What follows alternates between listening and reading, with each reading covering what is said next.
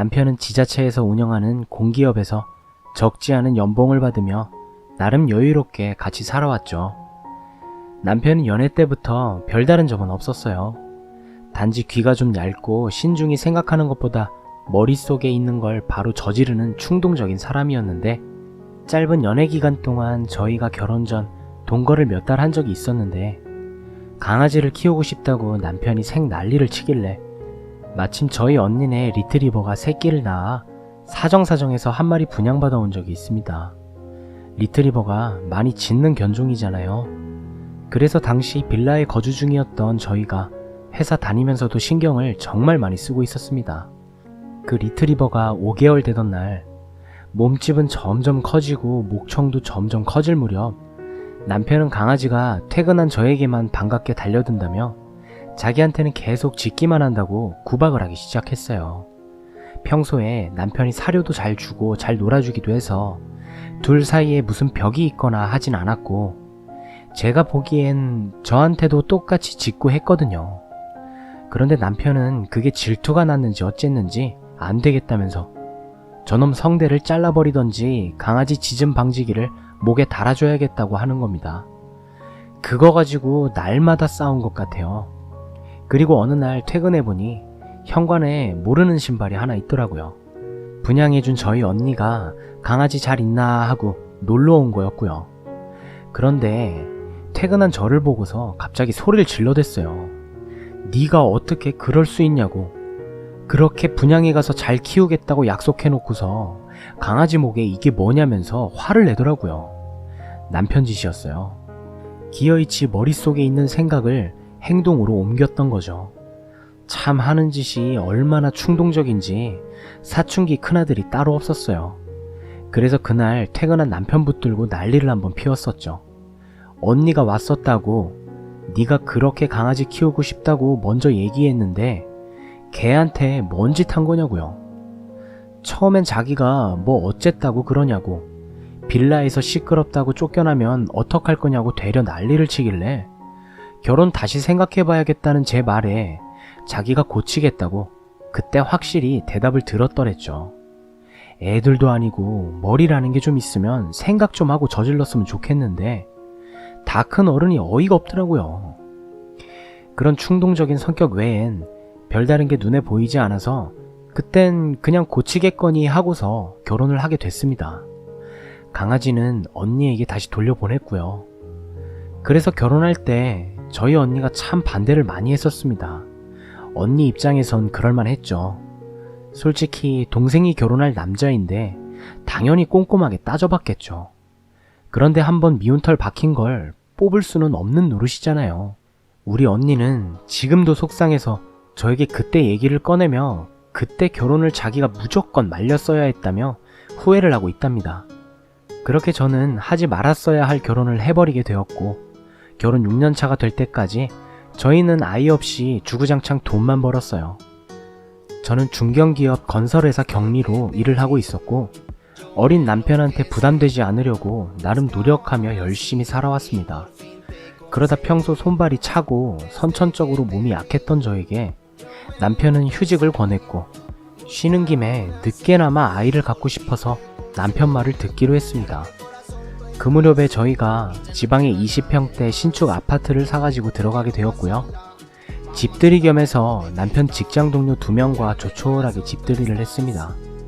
동료 1명은 누가 봐도 어렸을 적 별명이 대머리 독수리일 것 같은 머리가 벗겨진 남자였고, 남편 상사처럼 보였습니다. 다른 1명은 저희 부모님께서 늦은 시기에 좀 더 사랑을 불태우셨다면 생기기도 했을 법한 늦둥이 막내 동생처럼 순수하고 조용한 남자였습니다. 그냥 딱 봐도 어려 보였어요. 설날 세배했다고 조카에게 세뱃돈 쥐어주는 그런 관계 같았죠. 그런데 그 조카뻘 되는 남편 동료 눈빛이 지금 생각해보니 뭔가 좀 예사롭지 않았어요. 남편과 특별히 친해 보이지도 않았고 연배가 차이가 나서 그런지 예의 바르고 열심히 사는 청년 같았는데 왠지 모르게 그 눈빛이 뜨거워 보였습니다. 사춘기 학생이 마치 교생 선생님을 쳐다보듯 눈빛이 뭔가 음흉했죠. 근데 이 남자가 잘생겼었다면 저한텐 나름 귀여워 보이기도 할 거고 뭔가 시선이 더 가기라도 했을 텐데 문제는 전혀 잘생긴 얼굴이 아니었어요. 옷차림은 그런대로 말끔한 캐주얼 정장이지만 얼굴은 마치 조물주가 발로 빚을 법한 얼굴이었습니다. 그래서 형식적으로만 웃어주고 눈이 마주칠 때마다 부담이 돼서 일부러 제가 눈을 피하고 있었고요. 그러더니 저에게 말을 거는데 형수님 요리 솜씨가 너무 좋으시네요. 과장님이 너무 부러워요. 저도 나중에 형수님 같은 분이랑 꼭 결혼하고 싶네요. 하는 겁니다. 뭐 그때까지는 다른 의도가 있어서 그랬다고 절대 생각을 못했죠. 그냥 인사차 어색해서 저러는 건가 보다 하고 그냥 멋쩍게 웃어버렸거든요. 그러자 남편은 옆에서 자기 후배라고 또 칭찬을 하는 건지 일을 한번 가르쳐 놓으면 습득력이 좋아서 제깍제깍 한다고 했어요. 그러더니 갑자기 아 여보, 이 친구가 손금도 볼 줄 알아. 이 친구 면접 볼 때 내가 면접관이었거든? 다른 면접관들 손금 봐주고 합격한 애야 얘가. 당신도 한번 봐달라고 해봐. 아주 기똥차게 본다니까? 난데없이 웬 손금을 봐준다고 그러는지 모르겠지만 재미도 있을 것 같고 해서 일단 손바닥을 쓱 하고 내밀었어요. 그리고 손금을 보면서 이런저런 얘기를 해주는데 잘 맞추긴 잘 맞추더라고요. 딱히 손금이 남의 인생을 좌지우지한다고 생각하는 건 아니지만 재미로 보는 것 치곤 너무 잘 맞는 거예요. 사연과 다른 얘기를 좀 하자면 저도 예전엔 남자는 왼손을 봐야 하고 뭐 여자는 오른손을 봐야 되고 그런 얘기를 들은 적이 있어요. 그런데요, 그게 아니라네요. 왼손은 선천적으로 부모한테 받은 기질을 뜻하는 거고 오른손은 후천적으로 변해가는 미래를 뜻하는 거라고 하더라고요. 그래서 왼손, 오른손 손금이 다르다네요. 그때 그 남자는 저 같은 경우에는 손금이 얇고 손목에 가까워질수록 조금씩 끊겨 있어서 지금부터 노년기까지는 건강에 안 좋을 거라며 좋은 거 챙겨 먹어야겠다고 하더군요. 그때 너무 신기했거든요. 손금이란 거 어렸을 적 장난으로나 봤지 이렇게 다 커서 보기는 처음이었습니다. 그래서 궁합선이나 애정선 이런 것도 손금으로 볼 수 있냐고 했더니 그건 손금이랑 사주랑 같이 봐야 된다며 제 생시를 묻더라고요. 그래서 태어난 시간을 알려줬죠. 그날 그게 화근이었어요. 그 이후론 항상 약속 있으면 있다고 미리 말해줬던 남편인데 매일 퇴근하는 시간보다 1시간씩 늦게 들어오곤 했어요. 뭐 일이 바쁘겠지 정도로 생각할 수도 있겠지만 문제는 그게 아니었어요. 하루는 누가 초인종을 아파트 현관 입구에서부터 눌러대길래 누군가 해서 인터폰으로 봤더니 그 후배더라고요. 그래서 웬일이냐고 물었더니 그때 집들이 와서 놓고 간 물건이 있다며 좀 찾아보고 가도 되겠냐고 하더라고요. 그래서 아직 저한텐 애기였고 별일이라도 있겠나 싶어서 집안에 들이게 됐습니다. 그날 분위기도 딱히 이상하지는 않았고 얼굴을 모르는 사람도 아니었으니까요. 그런데 이 남자가 찾으란 물건은 안 찾고 다짜고짜 천생연분이라며 저에게 무슨 의정부에 용한 점집이 있는데 거길 다녀왔다며 거기서 자기랑 저랑 궁합을 보고 왔다고 하는 겁니다. 그때 온몸에 소름이 쫙 돋으면서 이 남자가 지금 무슨 소리를 하는 거지 하고 아무 말도 못하고 있었죠. 그 말을 하기 전까지는 별로 그 남자를 경계하거나 하지 않았는데 그 말 듣고 나서 제 몸이 움츠러들면서 갑자기 무서워지더라고요. 게다가 잊고 있었던 그 음흉한 눈빛이 그제서야 또 떠올랐고요. 저는 이상한 소리 할 거면 빨리 가시라고, 오늘 일은 없던 걸로 할 테니 돌아가시라고 했습니다. 근데 그 남자는 기분 나쁘게 실실 웃으면서 순순히 돌아가는 것 같았어요. 그런데 나갈 때 무슨 저주도 그런 저주를 퍼붓고 가는지 저랑 남편 사주가 태생부터 맞지 않다며 살고 싶으면 헤어지라고 하더라고요. 애를 낳을 거면 이미 낳았어야 했는데 이제는 늦기도 했고 만약 낳으면 기형아를 낳는다고 저주를 퍼버댔어요. 그때부터는 저는 이 남자가 모르는 남자보다 훨씬 더 무서운 존재가 됐죠. 그렇게 그 남자가 나가자마자 현관문 빗장을 걸어 잠그고서는 그 자리에 앉아 손발을 벌벌 떨며 주저앉아 버렸죠. 이게 도대체 무슨 상황인가? 112에 신고를 해야 되는 상황인가 이러지도 못하고 저러지도 못하고 일단은 남편이 오길 기다렸다가 물어보기로 하고 저는 마음을 진정시켰어요. 저희 집이 지상주차장이 있는 아파트인데 베란다로 나가 그 남자가 나가는지도 보고요. 얼마나 무서웠는지 모릅니다. 칼만 안 들었지 도둑놈이나 다름없었으니까요. 그런데 아무리 기다려도 한참을 기다려도 남편이 안 들어오더라고요. 전화해도 신호는 가는데 전화를 안 받길래 계속 걱정만 하고 있었죠. 남편은 퇴근 시간이 한참 늦어 밤 12시가 다 돼서 들어왔어요. 술 냄새를 풀풀 풍기고 들어오길래 오늘 회식했어? 전화는 왜 안 받아서 사람 걱정시키고 그래. 오늘 내가 얼마나 놀랬는지 알아? 나 진짜 뒤로 넘어질 뻔했잖아. 집에 누가 왔냐면 나 피곤하다. 좀 쉴래. 내일 얘기해. 평소에 퇴근 시간 맞춰 꼬박꼬박 들어왔던 남편이었기에 이상하다고 생각을 했었지만 힘든 일이 있었나 하는 생각에 그날 있었던 얘기를 차마 꺼내지 못했습니다. 안 그래도 밖에서 스트레스 받은 남편한테 안에서까지 스트레스 주고 싶지는 않았거든요. 그래서 아침에 얘기를 꺼냈더니 여보, 어제 그 후배 집에 왔었어. 후배 누구? 민석이? 알어. 알고 있어. 어제 중요한 거 우리 집에 두고 갔대서 집에 와이프 있을 거니까 얼른 가보라고 하고 1시간 일찍 퇴근시켜줬는데 왜? 무슨 일 있었어? 막상 또 남편이 아무것도 모르는 듯 물어보니까 대답을 못하겠는 거예요. 직장 생활에 괜히 나 때문에 문제 생기는 거 아닐까? 그 남자가 괜히 와서 해코지 하는 거 아닐까? 그래서 그냥 아니 그냥 민석씨 왔다 갔다고 알고 있나 해서. 싱겁긴. 다녀올게. 그래, 궁합 그까짓 거 재밌자고 본 거겠지. 별일 없을 거야 하고 다독이고 있었습니다. 그런데 그날 점심쯤 문자가 한 통 왔어요. 그 문자 보자마자 놀래서 핸드폰 떨어뜨렸고요. 모르는 번호였는데 점집에서 찍은 사진 같았어요. 사진엔 종이에 한문으로 뭐가 쓰여져 있었고 제 생일과 태어난 시간이 적혀 있었습니다. 너무 무섭더라고요. 태어나서 그렇게 무서운 문자를 받은 건 처음이었어요. 그 남자가 보낸 게 틀림없다고 생각한 저는 그때부터 이건 절대 장난이 아닐 거라고 생각이 들더라고요.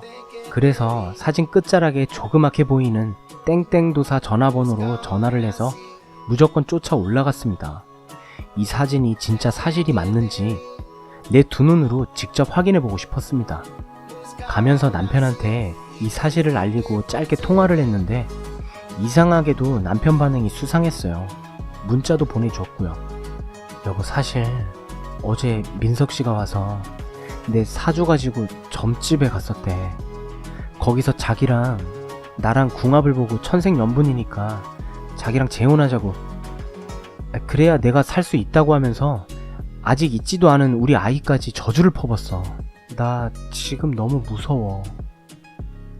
남편은 아무 말도 없이 그냥 끊어버렸어요.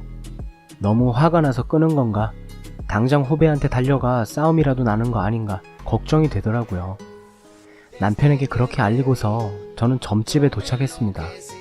간판도 문자에 있는 사진이랑 똑같았고요.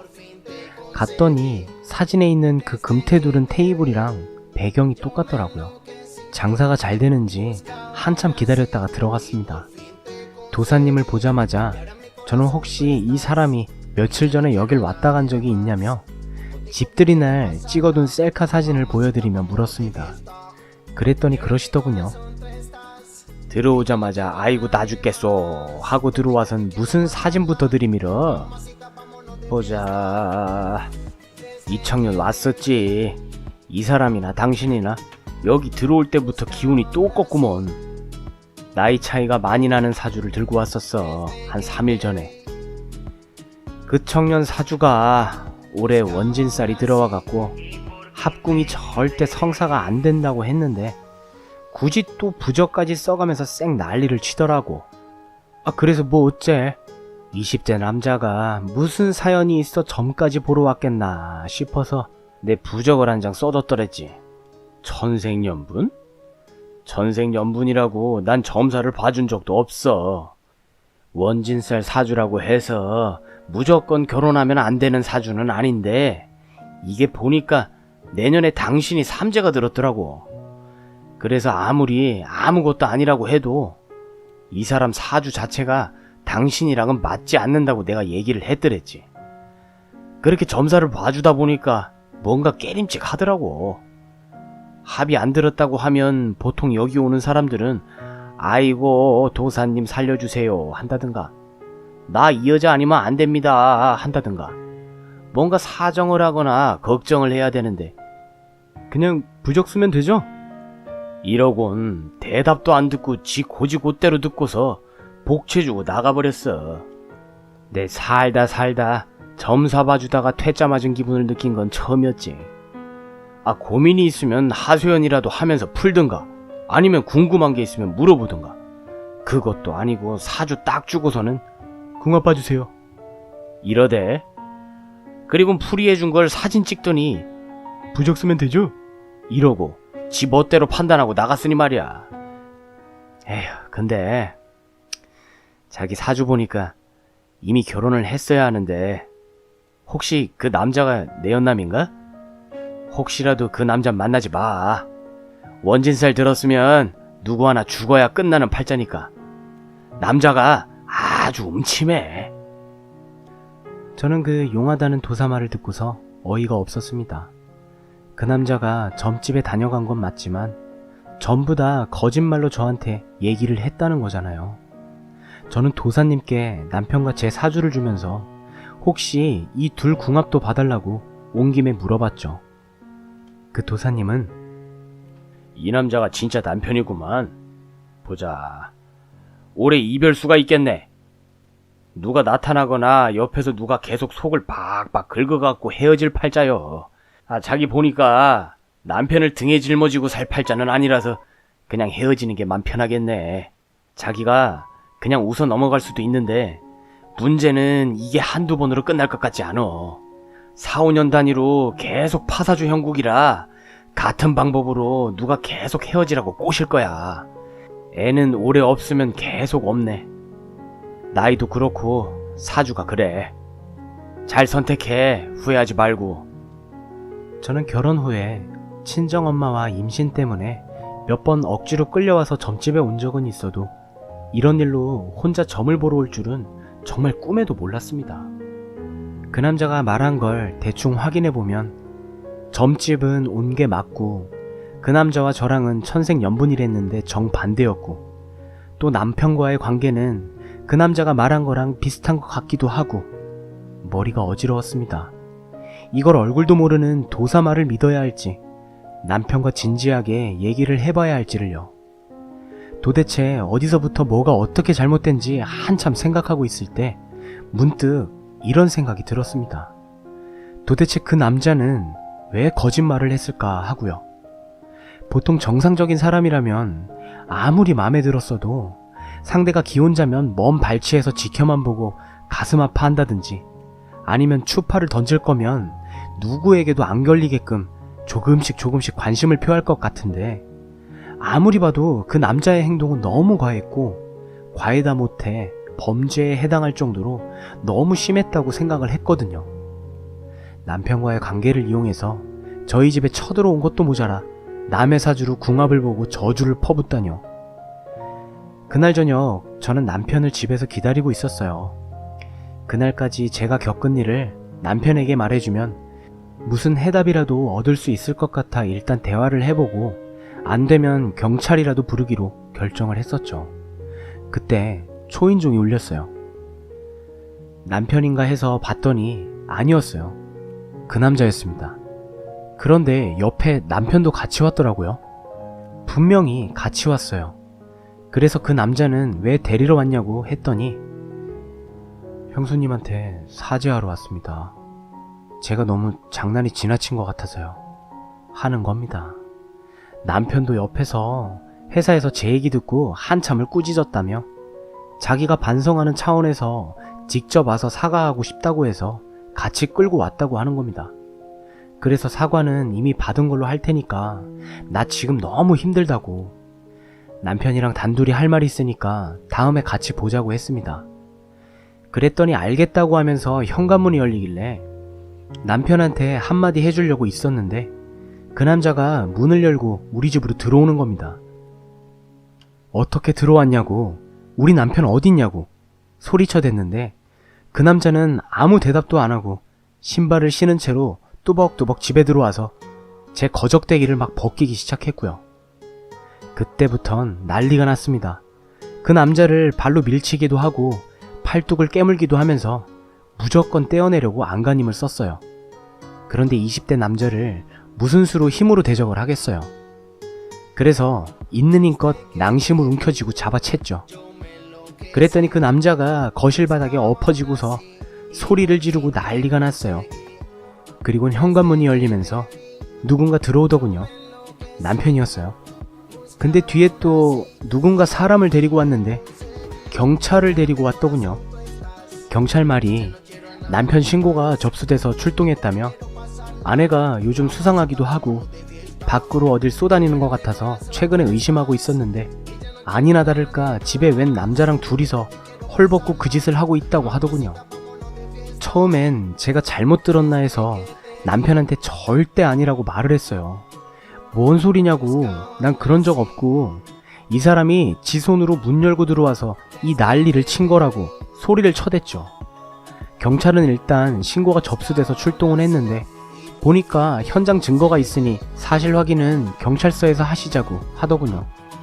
아직도 그때 생각하면 속에서 불이 끓습니다. 그래서 제가 그랬어요.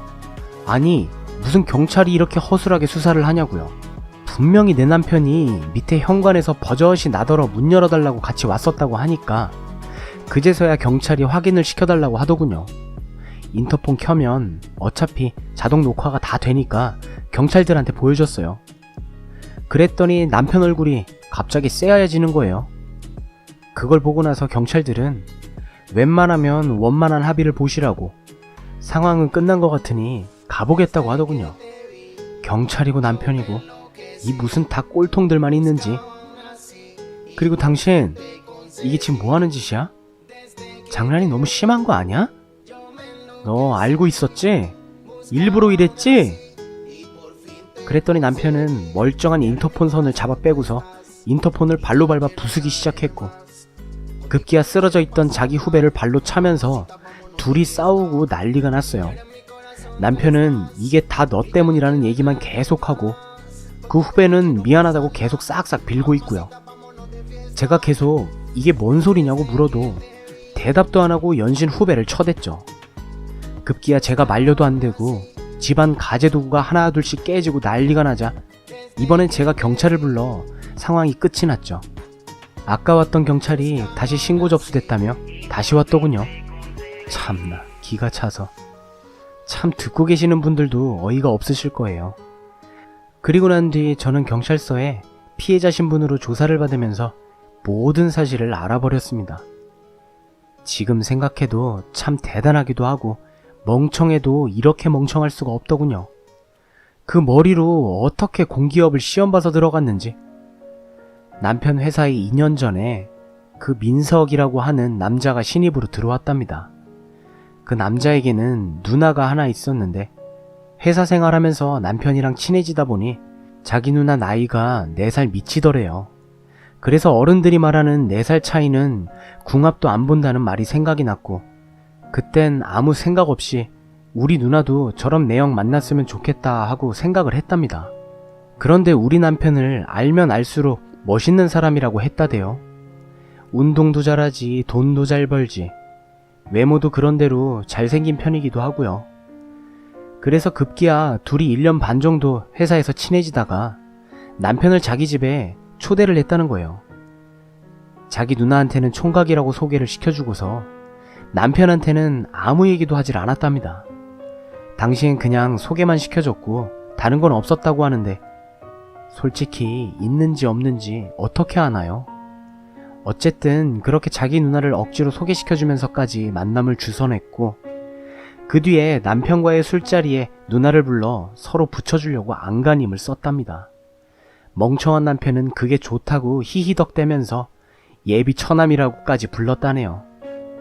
상황이 그 지경까지 갔으니 그 다음엔 저랑 헤어지는 계획까지 둘이서 아주 치밀하게 짜놨더군요.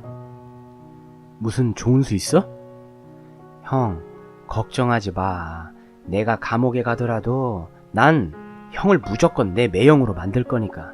일단 당분간 형은 아무것도 모르는 척해.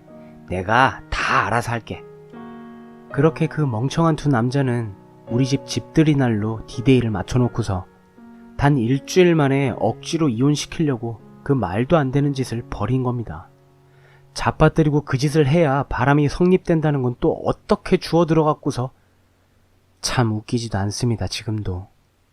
이런 남편이랑 지금껏 1, 2년도 아니고 무려 7년이나 살아왔다는 게 창피해서 말이죠. 나이 먹고 할 짓 없는 남편이나 나이 어린데 나이 먹은 척 하려는 그 후배나 멍청하기는 똑같습니다. 똑같아요. 그 후엔 뭐 어쩌긴요. 제 옷을 벗기려던 후배는 자기가 애초에 계획해놓은 대로 땡땡 미수에 주거 침입죄로 3년 징역 판정받고 깜빵 가 있어요.